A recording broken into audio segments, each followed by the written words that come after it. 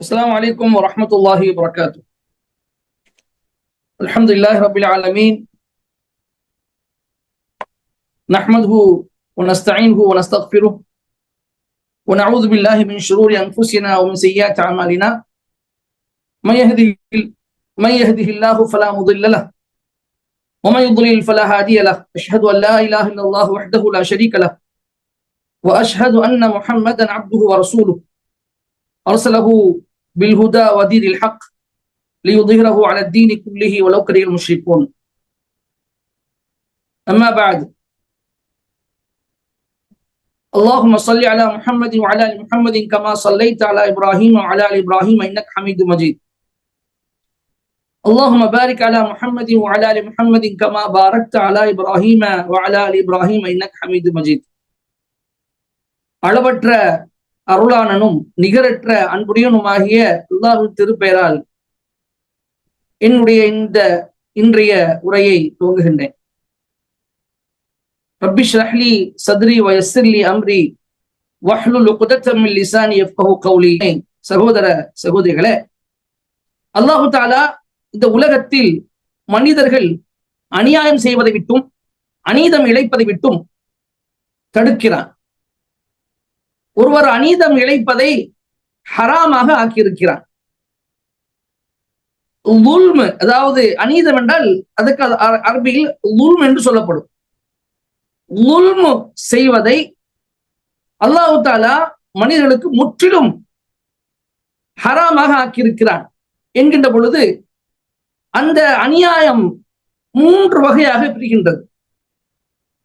ஒன்று மனிதன் அல்லாஹ்வுக்கு செய்கின்ற அநியாயம், இன்னொன்று மனிதன் தனக்குத்தானே செய்கின்ற அநியாயம், மூன்றாவதாக மனிதன் பிற மனிதர்களுக்கு செய்யக்கூடிய அநியாயம்.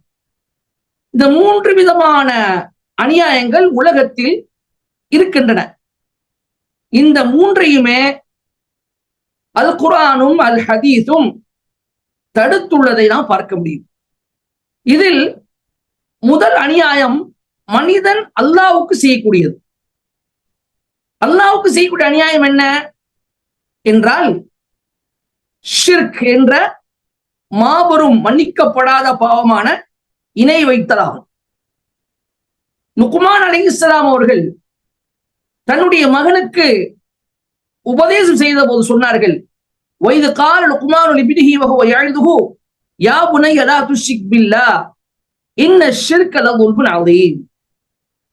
லுக்மான் தன்னுடைய மகனுக்கு உபதேசம் செய்த பொழுது சொன்னார்கள், என்னுடைய அருமை மகனே, அல்லாஹ்வுக்கு நீ இணை வைக்காதே, நிச்சயமாக இணை வைத்தல் என்பது லظுல்முன் அதீம், மகத்தான அநியாயமாக இருக்கின்றது, அக்கிரமமாக இருக்கின்றது, அநீதமாக இருக்கின்றது என்று அவர்கள் சொல்கிறார்கள். ஒரு வசனம் இறங்கின சூத் அன்ஆமுடைய 68வது வசனம், அன்ஆம் என்ற அத்தியாயத்தில் 68வது வசனம் இறங்குகிறது. அது என்ன சொல்கிறது? அல்லதீன ஆமனு வலம் யல்பிசு ஈமானஹும் பிظுல்மின் உலாயிக லஹுமுல் அம்னு வஹும் முஹ்ததூன். எவர்கள் ஈமான் கொண்டு தன்னுடைய அந்த ஈமானை அநியாயத்தை கொண்டு கலக்கவில்லையோ அவர்களுக்குத்தான் பாதுகாப்பு உண்டு, அபயம் உண்டு, அவர்கள்தான் நேரடி பெற்றவர்கள் என்று அல்லாஹ் ஒரு வசனத்தை இறக்கி வைக்கின்றார். இந்த வசனம் இறங்கியவுடன் சஹாபாக்களுக்கு எல்லாம் ரொம்ப கவலை. அல்லாஹ் இப்படி வசனத்தை இறக்கி விட்டானே, நம்மில் யார் தான் அநியாயம் செய்யாமல் இருக்கிறார்கள்? அது அநியாயம் என்றால் பாவம். யார்தான் பாவம் செய்யாமல் இருக்கின்றோம்? ஈமான் கொண்டிருக்கின்றோம், ஈமான் கொண்ட பிறகு பாவம் செய்யாமல் யார் தான் இருக்கின்றார்கள்? அப்படி பார்க்க போனால் அவனுடைய பாதுகாப்பும் அவனுடைய ஹிதாயத் நமக்கு கிடைக்காதா? நாம் ஹிதாயத்தை பெற்றவர்களாக நாம் இல்லையா என்று கவலை அவர்களுக்கு அதிகமானது. எனவே இதை தெரிந்து கொள்வதற்காக, இந்த விஷயத்தை தெளிவு பெறுவதற்காக அல்லாஹ்வின் தூதர் ஸல்லல்லாஹு அலைஹி வஸல்லம் அவர்கள் போய் கேட்கிறார்கள், அல்லாஹ்வின் தூதரே, இந்த மாதிரி ஒரு வசனத்தை அல்லாஹ் இறக்கி வைத்திருக்கிறானே, எங்களில் யார்தான் அநியாயம் செய்யாமல் இருக்கிறார்கள், எங்கள் யார்தான் பாவம் செய்யாமல் இருக்கிறார்கள் என்று கேட்டபோது அல்லாஹ்வின் தூதர் ஸல்லல்லாஹு அலைஹி வஸல்லம் சொல்லி காட்டினார்கள், நீங்கள் நினைப்பது போன்று அல்ல. அநியாயம் நீங்கள் எந்த அர்த்தத்தில் இதை புரிந்து கொள்கிறீர்களோ அந்த அர்த்தத்தில் இந்த வசனம் உங்களுக்கு சொல்லவில்லை. மாறாக லுக்குமான் என்பவர் தன்னுடைய மகனுக்கு சொன்னாரே, இன்ன ஷிர்கல உல்முன் அவீன், நிச்சயமாக ஷிர்க் என்ற இணை வைத்தல் மகத்தான அக்கிரமமாக அநியாயமாக இருக்கின்றது என்று சொன்னாரே, அதுதான் இது. அதாவது எவர் ஈமான் கொண்டு ஷிர்க் என்ற இணை வைத்தல் என்ற அநியாயத்தை கொண்டு அதை கலக்கவில்லையோ அவர்களுக்குத்தான் அபயமும் பாதுகாப்பும் உண்டு, அவர்கள்தான் நேர்வழி பெற்றவர்கள் என்று அல்லாஹ் சொல்லி காட்டுகின்றான் என்பதாக ரசூலுல்லாஹி ஸல்லல்லாஹு அலைஹி வஸல்லம் அவர்கள் தன்னுடைய தோழர்களுக்கு விளக்கம் அளிக்கிறார். முஸ்லிம் என்ற நூலிலே இந்த சம்பவம் பதிவு செய்யப்பட்டிருக்கின்றது. பரமே சகோதரர்களே, அல்லாஹ் மிகவும் வெறுக்கக்கூடிய படு பயங்கரமான ஒரு பாவம் தான் இணை வைத்தல் என்பதா. எந்த பாவத்தை வேண்டுமானாலும் மன்னிப்பேன், இணை வைத்தலை மட்டும் நான் மன்னிக்கவே மாட்டேன் என்று அல்லாஹ் சொல்லக்கூடிய அளவுக்கு அல்லாஹ் மிக மிக வெறுக்கக்கூடிய, அல்லாஹ்வுடைய கோபத்தை அதிகமாக தரக்கூடிய ஒரு பாவம் தான் இணை வைத்தல். எனவே இந்த பாவத்தை செய்வதன் மூலமாக ஒரு மனிதன் அல்லாஹ்வுக்கு அநியாயம் செய்கிறான். இந்த அநியாயம் என்பது கூடாது, இது தடுக்கப்பட்டிருக்கின்றது என்பதை புரிந்து கொள்ள வேண்டும். இது முதல் அநியாயம். இரண்டாவது அநியாயம் என்னன்னு சொன்னால், மனிதன் தனக்குத்தானே அநியாயம் செய்து கொள்வது. அது என்ன? அல்லாஹ்வுடைய கட்டளையை மீறும் பொழுது, அல்லாஹ்வுக்கு மாறு செய்கின்ற பொழுது, அல்லாஹ்வுடைய வரம்புகளை பேணாமல் வாழ்கின்ற பொழுது அவன் தனக்குத்தானே அநியாயம் செய்ததாக ஆகுகிறான். இது குறித்த குர்ஆனில் பல வசனங்கள் இடம்பெறுவதை பார்க்கிறோம். உதாரணமாக அல்லாஹ் சொல்லி காட்டுகின்றார். தலாக் சம்பந்தப்பட்ட வசனத்தை அல்லாஹ் சொல்லிவிட்டு, அதே போன்று நோன்பு சம்பந்தப்பட்ட வசனங்களில் அல்லாஹ் சொல்லிவிட்டு இவ்வாறு சொல்லுவான், தில்க ஹுதூதுல்லாஹி ஃபலா தஅததுஹா, இது அல்லாஹ்வுடைய வரம்புகளாக இருக்கின்றன, எனவே இதை நீங்கள் மீறாதீர்கள். உமைய தஅத்த ஹுதூதல்லாஹி ஃபகத் ஸலம நஃப்ஸஹ், எவர் இந்த அல்லாஹ்வுடைய வரம்புகளை மீறுகிறாரோ அவர் தனக்கு தானே அநியாயம் செய்து கொண்டார் என்பதை அல்லாஹ் சொல்லி காட்டுகிறார்.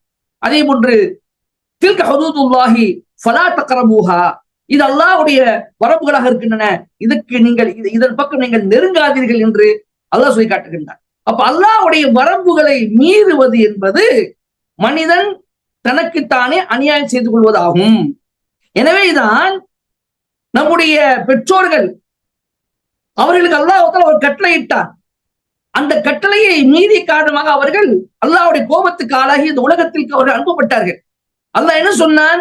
வலா தக்ரபா ஹாதிஹி ஷஜரா ஃபதகூனா மினல் ஸாலிமீன், நீங்கள் ரெண்டு பேரும் இந்த மரத்துக்கு அருகில் போகாதீர்கள், நீங்க ரெண்டு பேரும் இந்த மரத்துக்கு அருகில் நீங்கள் செல்லாதீர்கள், அப்படி சென்றீர்கள் என்றால் நீங்கள் அநியாயக்காரராக ஆகிவிடுவீர்கள், உங்களுக்கு நீங்களே அநீதம் இழைத்தவர்களாக ஆகிவிடுவீர்கள் என்று அல்லாஹ் சொன்னான். ஆனால் ஷைத்தானுடைய ஊசலாட்டத்தின் காரணமாக அந்த மரத்துக்கு அருகில் சென்றதோடு மட்டுமல்லாமல் அந்த மரத்துடைய பழத்தை அவர்கள் சாப்பிடவும் செய்தார்கள். எனவே அவர்கள் அல்லாஹ்வுடைய கோபத்துக்கு ஆளானார்கள். அவர்கள் எப்படி பிரார்த்தனை செய்தார்கள்? அல்லாஹ் சொல்லி காட்டுகின்ற அந்த பிரார்த்தனையை, ரப்பனா ஸலம்னா அன்ஃபுஸனா, எங்கள் ரட்சகனே எங்களுக்கு நாங்களே தீங்கிழைத்துக் கொண்டோம், வ இல்லம் தக்ஃபிர் லனா வ தர்ஹம்னா லனகூனன்ன மினல் காசிரீன், எனவே எங்களை நீ மன்னிக்காவிட்டால், எங்கள் மீது கருணை காட்டாவிட்டால் நாங்கள் நஷ்டவாளிகளாக ஆகிவிடுவோம் யா அல்லாஹ் என்று அவர்கள் பிரார்த்தனை செய்தார்கள் என்பதாக அல்லாஹ் குர்ஆனில் பதிவு செய்கின்றார்.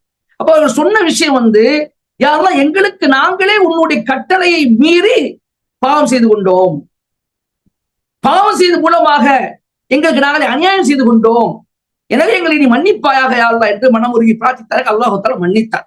அதே போன்று மூசா அலைஹிஸ்ஸலாம் அவர்கள் ரெண்டு பேருக்கும் நடந்த சண்டையில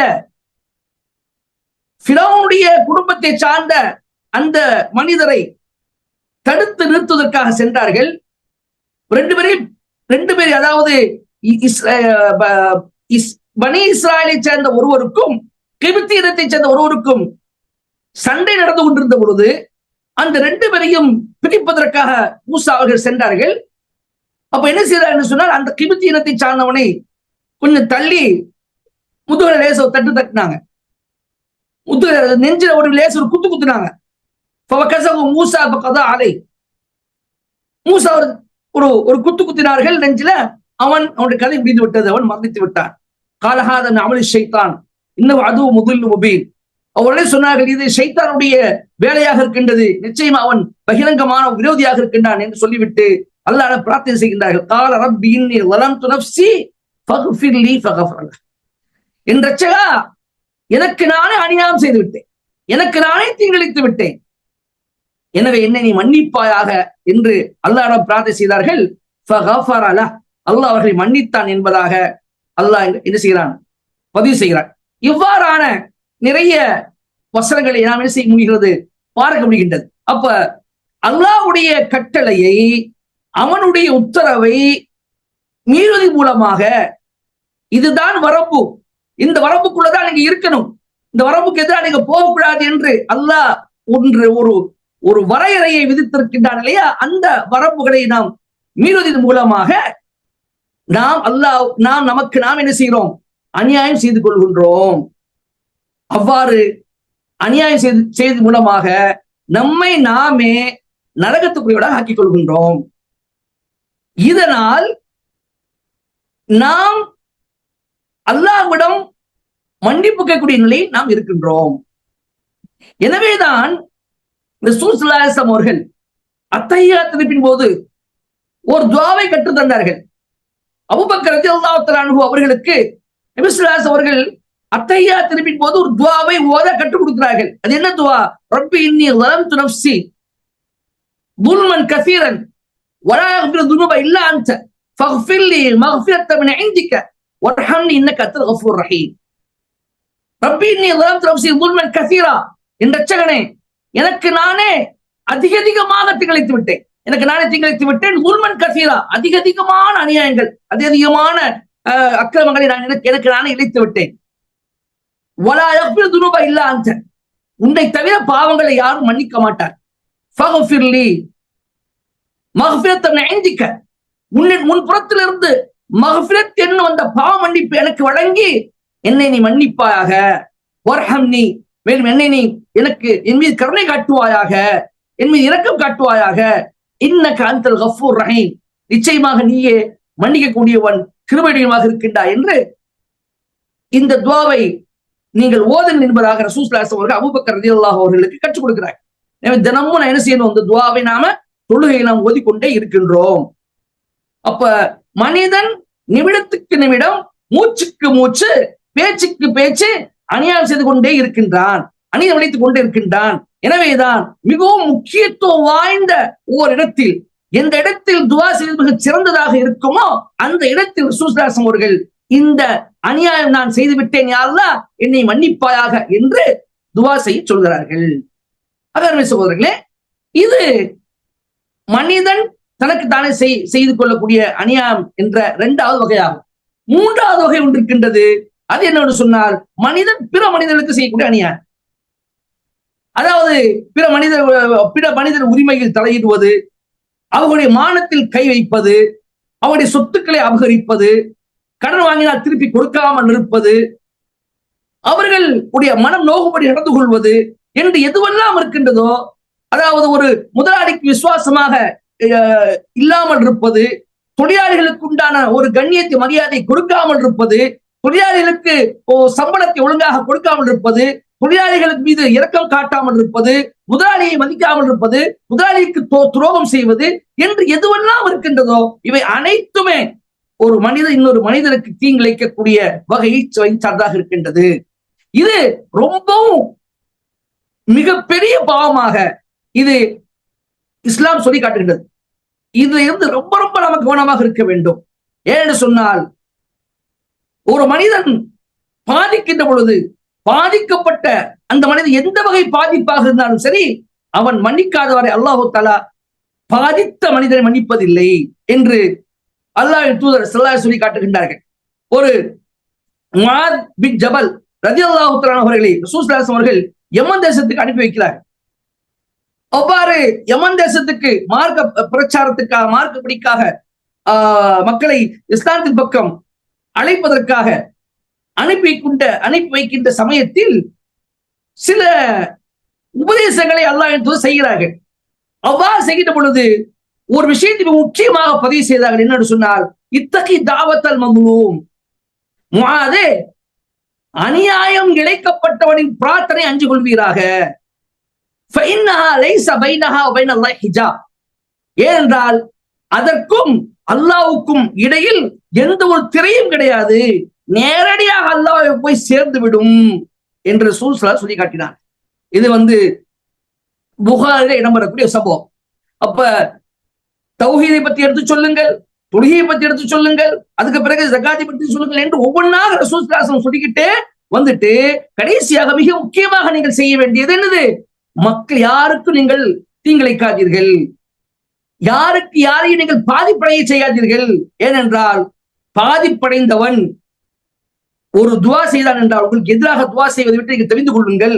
உங்களுக்கு எதிராக அவன் துவா செய்தான் என்றால் யாராக இருந்தாலும் சரி, அவன் உங்களால் பாதிக்கப்படுகிறான் என்றால் உங்களுக்கு எதிராக ஒரு துவா செய்கின்ற பொழுது நேரடியாக அல்லாஹ்வுக்கு போய் சேர்ந்து விடும். எந்த ஒரு தடையும் தடங்களும் அதுக்கு இருக்காது. அல்லாஹ் உடனே அதை ஏற்றுக்கொள்வான். இதை நீங்கள் எச்சரிக்கையாக இருங்கள் என்று ரசூல் ஸல்லல்லாஹு அலைஹி அவர்கள் முஆத் பின் ஜபல் ரலியல்லாஹு அன்ஹு சொல்லி அனுப்புகிறார் என்றால் அது எவ்வளவு பெரிய மோசமான ஒரு குணமாக, மோசமான ஒரு பாவமாக, அல்லாஹ்வுடைய கோபத்தை பெற்று தரக்கூடிய ஒரு பாவமாக இருக்கின்றது என்பதை நாம் இங்கே விலகிக் கொள்ள முடிகின்றது. அருமை சகோதரர்களே, எனவேதான் ரசூல் ஸல்லல்லாஹு அலைஹி அவர்கள் எந்த ஒரு மனிதனுக்கும் அது யாராக இருந்தாலும் சரி கொஞ்சம் கூட அநீதம் இழைத்துவிடக் கூடாது என்பதற்கு ரொம்ப கவனமாக இருந்திருக்கிறார். ஒரு சிறிய ஒரு சம்பவம் அவர்கள் தன்னுடைய குத்துபாவில் அவர்கள் இதை பதிவு செய்தார்கள். ரசூல் ஸல்லல்லாஹு அலைஹி அவர்கள் எந்த அளவுக்கு, அதாவது கொஞ்சம் கூட தன்னால் மற்றவருக்கு அநீதம் இழைக்கப்பட்டு விடக் கூடாது என்பது கவனமாக இருந்திருக்கிறார் என்பதற்கு ஒரு சின்ன உதாரணம். பத்ர் போரின் போது சஹாபாக்கள் எல்லாம் செல்கிறார்கள். வாகன ஒட்டகங்கள் மிக குறைவாக இருந்த காரணமாக அங்கே என்ன முடிவெடுக்கப்படுகின்றது என்றால் ஒரு ஒட்டகத்துல 3 பேர் போகணும் முடிவெடுக்கப்படுகின்றது. ஒரு ஒட்டகத்துல 3 பேர் போறான், 3 பேர் போகணும். முறை வைத்து என்ன செய்யணும்? 2 பேர் மேல உட்கார்ந்து கொள்ளணும், ஒருத்தர் ஒட்டகத்தை இழுத்து கொண்டு போகணும். இதை முறை வைத்து செய்து கொள்ள வேண்டும் என்று முடிவெடுக்கப்பட்டு அந்த மாதிரி ஒரு ஒட்டகத்துக்கு 3 பேர் என்று முடிவு செய்யப்படுகின்றன. இப்ப ஒரு ஒட்டகம் இருக்கு, அந்த ஒட்டகத்துல 3 பேர் இருக்கிறாங்க. அது யாரு? அபூ லுபாபா ரலியல்லாஹு தஆலா அன்ஹு, அலி பின் அபி தாலிப் ரலியல்லாஹு தஆலா அன்ஹு, நம்முடைய தூதர் முஹம்மது ஸல்லல்லாஹு அலைஹி வஸல்லம். இந்த 3 பேரும் ஒரு குதிரையில போறாங்க. அபூ லுபாபா அவர்கள் அறிவிக்கிறார், சொல்கிறார்கள், இப்ப நாங்கள் சொன்ன ரசூலுல்லாஹ்ட்ட சொன்னோம், அல்லாஹ்வின் தூதரே நீங்க ஒட்டகத்தை விட்டு இறங்காதீங்க, நீங்க ஒட்டகத்தை விட்டு இறங்காதீங்க, நாங்க 2 பேரும் மாறி மாறி இறக்கிறோம், நீங்க அங்கே இருங்க, தொடர்ந்து நீங்க உட்கார்ந்து கொண்டு பயணம் செய்யுங்கள், நீங்கள் இறங்கி என்ன செய்ய வேண்டாம், ஒட்டகத்தை எங்களை நீங்க இழுத்துக்கொண்டு போக வேண்டாம், நாங்க 2 பேரும் மாறி மாறி இறங்கிக் கொள்றோம் என்று ரசூலுல்லாஹ் சொன்னோம். நபி ஸல்லல்லாஹு அலைஹி வஸல்லம் சொன்ன பதில் என்னவென்று சொன்னால், கால மா அன்துமா பிஅக்வா மின்னி வலா அனா பிஅக்னா அனில் அஜ்ரி மின்குமா.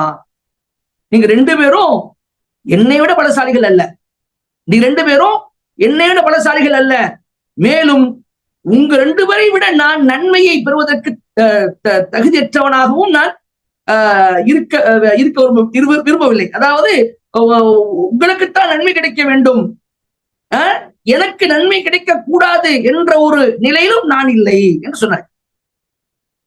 அப்படி என்ன அர்த்தம்? நானும் வருவேன், உங்களை மாதிரி நானும் சமம், எப்படி என்னை வைத்து கொண்டு நீங்க 2 பேரும் இழுத்து கொண்டு போறீங்களோ அதே போன்று உங்கள் இருவரையும் மேலே உட்கார வைத்துக் கொண்டு நானும் இழுத்து கொண்டு போவேன். உங்க 2 பேருக்கும், அதாவது என்னை விட நீங்கள் பலசாலி கிடையாது, என்னிட நீங்கள் பலகீனமானவர்களாக இருக்கக்கூடிய நீங்களே என்னை வைத்து இழுத்து கொண்டு போகும் பொழுது உங்களை விட பலசாலி இருக்கக்கூடிய நான் என்ன செய்ய, நான் மட்டும் உட்கார்ந்து வருவேனா? அது செய்ய மாட்டேன். அது மட்டுமல்லாமல் உங்களுக்கு மட்டும்தான் நன்மை கிடைக்க வேண்டுமா, எனக்கு நன்மை கிடைக்க கூடாதா? எனவே நானும் உங்களை போன்று நன்மையை எதிர்பார்க்கக்கூடியதாக இருக்கிறேன் என்று ரசூல் ஸல்லல்லாஹு அலைஹி அவர்கள் சொன்னாங்க. இந்த விஷயம் புகாரில் வருகின்றது. அப்ப அல்லாஹ் ஸல்லல்லாஹு அலைஹி அவர்கள் கொஞ்சமும் தன் புறத்திலிருந்து அநீதம் நிகழ்ந்துவிடக் கூடாது என்பது கவனமாக இருந்திருக்கிறாங்க. ஒரு மனிதர் பத்துவா செய்து அதனால் ஒருவர் பாதிக்கப்பட்ட ஒரு சம்பவம் அருமை சகோதரர்களே புகாரில் இடம்பெறுகின்றது. சாத் அபி வக்காஸ் ரலியல்லாஹு தஆலா அன்ஹு உமர் ரலியல்லாஹு ஆட்சி காலத்தில் கூஃபாவில் கவர்னராக நியமிக்கப்படுகிறார். ஒருமுறை சாத் அபி வக்காஸ் ரலியல்லாஹு அன்ஹுவுக்கு எதிராக ஒரு சில பேர் புகார் கூறுகிறார். அவர் புகார் கூறும் பொழுது முக்கியமாக ஒரு புகார் எதுவாக இருந்தது என்றால், ஒரு தொழுகையை முறைப்படி தொலை வைக்கிறது கிடையாது என்ற புகாரம் இருந்தது.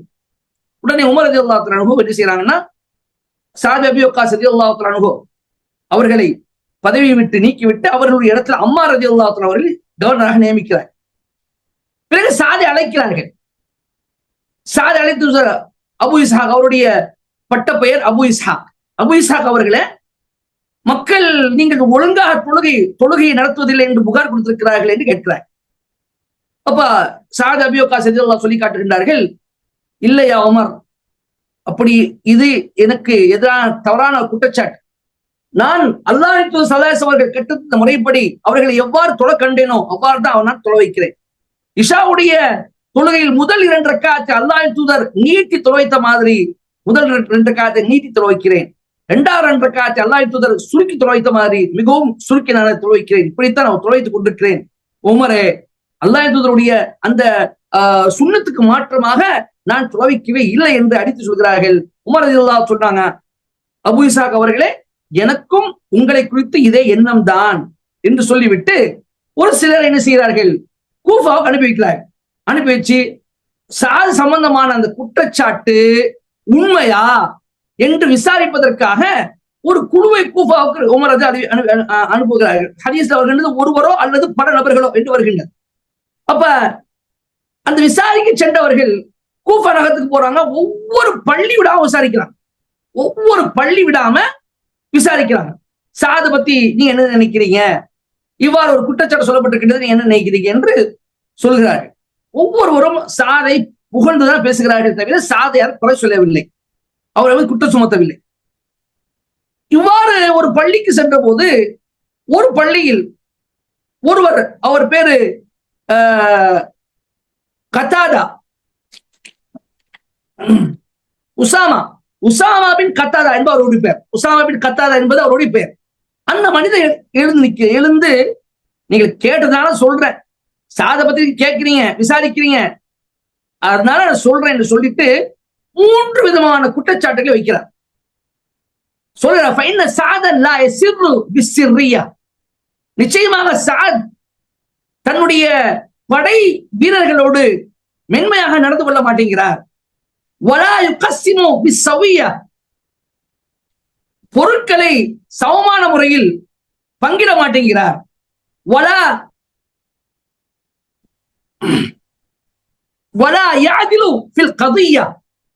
தீர்ப்பளித்தால் அந்த தீர்ப்பில் நீதி செலுத்த மாட்டேங்கிறார். இதுதான் சாத் என்று அந்த மனிதர் சொல்கிறார். சாத் ரலியல்லாஹு அன்ஹு அவர்கள் கூட சென்றிருந்தார்கள், விசாரிப்பவர்கள் கூட சென்றிருந்தார். இந்த விஷயத்தை கேட்ட சாத் ரலியல்லாஹு அன்ஹு உடனே சொல்கிறார்கள், வல்லாஹி லா அதுவன்ன பிஸலாஸ், அல்லாஹ்வின் சத்தியமாக இந்த மனிதருக்கு எதிராக 3 பிரார்த்தனைகளை நான் செய்கிறேன். அல்லாஹும்ம இன் கான அப்துக ஹாதா காதிபன், யா அல்லாஹ், உன்னுடைய இந்த அடியான் பொய்யனாக இருந்தால், காம ரியாஅன் வ சுமஅத்தன், முகசுதிக்காகவும் பெயர் எடுப்பதற்காகவும் இந்த காரியத்தை அவன் செய்திருந்தால்,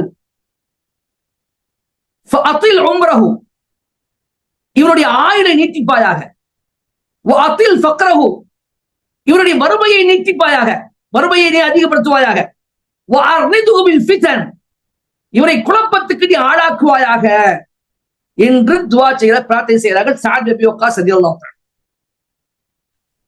இந்த வகான பஅத் இதா சுஇல யகூலு ஷைኹன் கபீருன் மஃப்தூனுன் அஸாபத்ரி தஅவத்து ஸஅதின். இதுக்கு இந்த சம்பவத்துக்கு பிறகு அவர் கொஞ்ச காலத்துக்கு பிறகு யாரெல்லாம் அவரை சந்தித்து நீங்கள் எப்படி இருக்கிறீர்கள் என்று கேட்கும் பொழுது அவர் சொல்வாராம், ஷேகுன் கபீருன் மஃப்தூனுன், சோதனைக்குள்ளாக்கப்பட்ட வயோதிகனாக நான் ஆகிவிட்டேன். அசாபத்தி தாவத் சாதின், சாதுடைய பிரார்த்தனை என் விஷயத்தில் பழித்து விட்டது என்று சொல்வாராம். இந்த சம்பவத்தை அறிவிக்கக்கூடிய அப்துல் மலிக் என்ற அப்துல் மலிக் என்ற முடித்துக் கொள்கிறேன். அப்துல் மலிக் என்ற ஒருவர் அறிவிப்பு செய்கிறார் சொல்கிறார்கள், நான் கொஞ்ச காலம் கழித்து அவரை நான் பார்த்தேன். அது சகத்த ஹாஜிபாஹு அலா ஐனைஹி மினல் கிபர். வயோதிகத்தின் காரணம் அவருடைய புருவ முடி இருக்கு இல்லையா, இந்த இரண்டு புருவ முடிகளும் அவருடைய கண்களுக்கு மேல் விழுந்து கண்களை மறைத்து விட்டது. வைன்னகுலைய தாரதுலில் ஜவாரி ஃபி துருக்கி யக்மிஸுன்ன. அவருடைய பார்வை இழந்த காரணமாக அவர் வழியில் நடந்து செல்கின்ற பொழுது பெண்களின் மீது மோதக்கூடியவராக இருந்தார் என்பதாக இந்த செய்தியை பதிவு செய்கின்றார். அருமை சகோதரர்களே, சஅத் அபி வக்காஸ் ரலியல்லாஹு தஆலா மீது ஒரு அவதூறு பரப்பிய இவர் இந்த உஸாமா பின் கத்தாதா அவதூறு பரப்பினார். எனவே அவருக்கு எதிராக தைரியமாக என்ன செய்தார்கள், சஅத் அபி வக்காஸ் ரலியல்லாஹு தஆலா பிரார்த்தனை செய்தார்கள். அவர்கள் அநியாயம் செய்யப்பட்ட காரணமாக, அவர்கள் பாதிப்புக்கு ஆளான காரணமாக அவர்களுடைய பிரார்த்தனை அல்லாஹு தஆலா ஏற்றுக்கொண்டு அவர்கள் பிரார்த்தனை செய்த மாதிரியே அவருடைய வாழ்க்கை அல்லாஹு தஆலா ஆக்கிறார் என்பதை நாம் பார்க்கிறோம். எனவே பிறருக்கு அநீதம் இழைப்பது என்பது மிக பயங்கரமான மற்ற 2 அநியாயத்தை விட இந்த 3வது அநியாயம் என்பது மிக பெரிய பாவமாக இருக்கின்றது என்பதை நாம் விளங்கிக் கொள்ள வேண்டும். ஆக அல்லாஹு தஆலா நம் அனைவர்கள் கடைசி மூச்சோடு வரை உண்மையான உண்மைகளாக வாழுகின்ற நோக்கத்தில் நம்முடைய ஈமானுக்கு எதுவெல்லாம் எதிராக இருக்குமோ, உண்மையான உண்மைகளாக வாழ்வதற்கு எதுவெல்லாம் எதிரானதாக செயல்களாக இருக்குமோ, பாதகமான செயல்களாக இருக்குமோ, அத்தனை செயல்களிற்கு அல்லாஹ் நம்மை பாதுகாத்து தூய்மையாக்கி கடைசி மூச்சொல்லவரை அவனுக்கு மட்டுமே கட்டுப்பட்டு வாழக்கூடிய மக்களாக என்னை உங்களை ஆக்கி அருள்வானாக என்று கூறி முடிக்கின்றேன். வாஹுதாவான அல்ஹம்துலில்லாஹி ரப்பில் ஆலமீன். அஸ்ஸலாமு அலைக்கும் வரஹ்மத்துல்லாஹி வபரகாத்துஹு.